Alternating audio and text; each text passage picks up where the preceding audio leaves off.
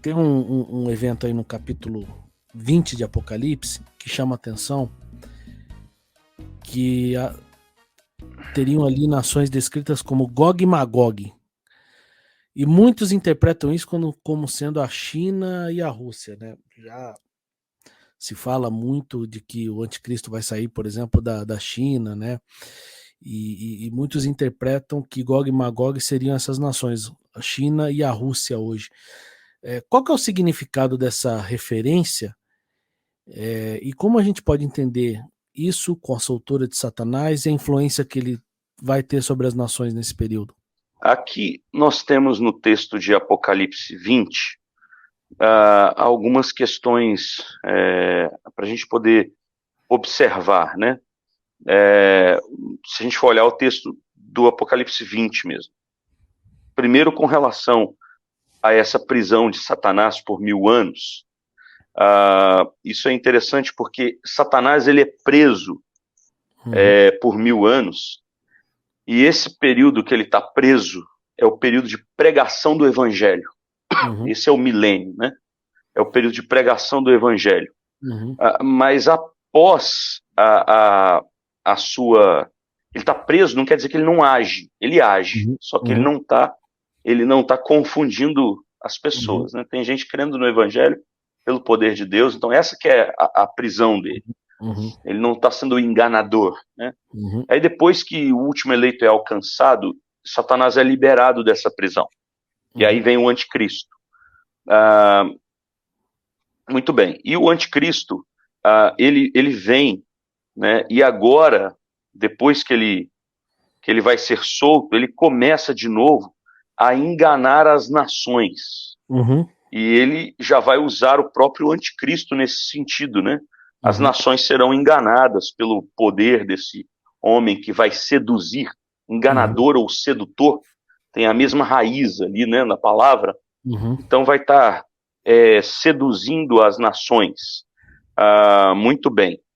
E aí, depois que ele é solto dessa prisão, né, aí vem o texto que você falou, porque ele vai seduzir as nações dos 4 cantos da terra, Gog e Magog. Né? Aqui não há uma interpretação no meu conhecimento, né, ou que seja do meu conhecimento, clara com relação a isso, literal com relação a isso, né, falando da China, falando de tal lugar. O que nós podemos dizer aqui é que isso aí é bíblico, está dentro da simbologia de Apocalipse, é que esse anticristo ele vai surgir do poder político, dentro das forças políticas, econômicas e da falsa religião. A gente observa a falsa religião como sendo algo que faz com que todas as pessoas adorem a besta em último grau, né? Mas ao mesmo tempo a falsa religião também ela se veste de cristão, né? De uma religião cristã, mas no fundo ela não é. Ela quer mesmo conduzir as pessoas à adoração à besta. Então o que a gente vê no texto é uma descrição, né, que depois vai dizer que eles marcham sobre a superfície da terra, né, e aí então eles enganam as nações e destroem a igreja que está viva, perseguem os cristãos que restaram ainda, muitos serão mortos. Mas aí Jesus vem, porque Jesus, esse tempo, ele será abreviado, muito abreviado.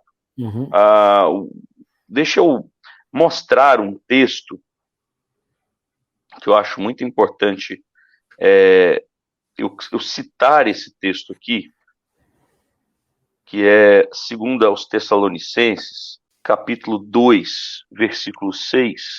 O capítulo 2 em si, não sei se você está com ele aberto aí, mas lá vai dizer assim, olha, vai falar a respeito da vinda do Senhor, a revelação da apostasia e o homem da iniquidade. Esse é o texto mais claro com relação ao homem da iniquidade que a gente tem. E aí Paulo vai dizer o seguinte, no versículo 3, ninguém de nenhum modo vos engane, porque isto não acontecerá sem que primeiro venha a apostasia e seja revelado o homem da iniquidade. Ele está falando da vinda de Cristo.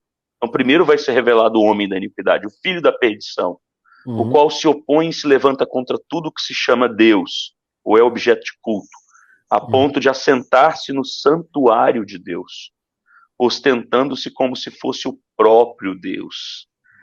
Não vos recordais de que ainda convosco eu costumava dizer essas coisas, que agora sabeis que o que detém, para que seja revelado somente em ocasião própria. Com efeito, o mistério da iniquidade já opera, e aguarda somente que seja afastado aquele que agora o detém, que é o Evangelho, a pregação do Evangelho. Então será de fato revelado o iníquo, a quem o Senhor Jesus matará com o sopro de sua boca e destruirá pela manifestação de sua vinda. Ele virá, mas por amor à igreja presente, Jesus vai abreviar o tempo, e ele vai então, com o sopro de sua boca, uma linguagem figurada para dizer que assim, é como é a força com que uma criança apaga uma vela de aniversário. Assim, não tem o anticristo está lá, né, posando, né, vai estar pousando no santuário como se fosse o próprio Deus, né? Eu posso, eu faço, eu aconteço. Aí Jesus vem, acabou, né? Não tem conversa. E a gente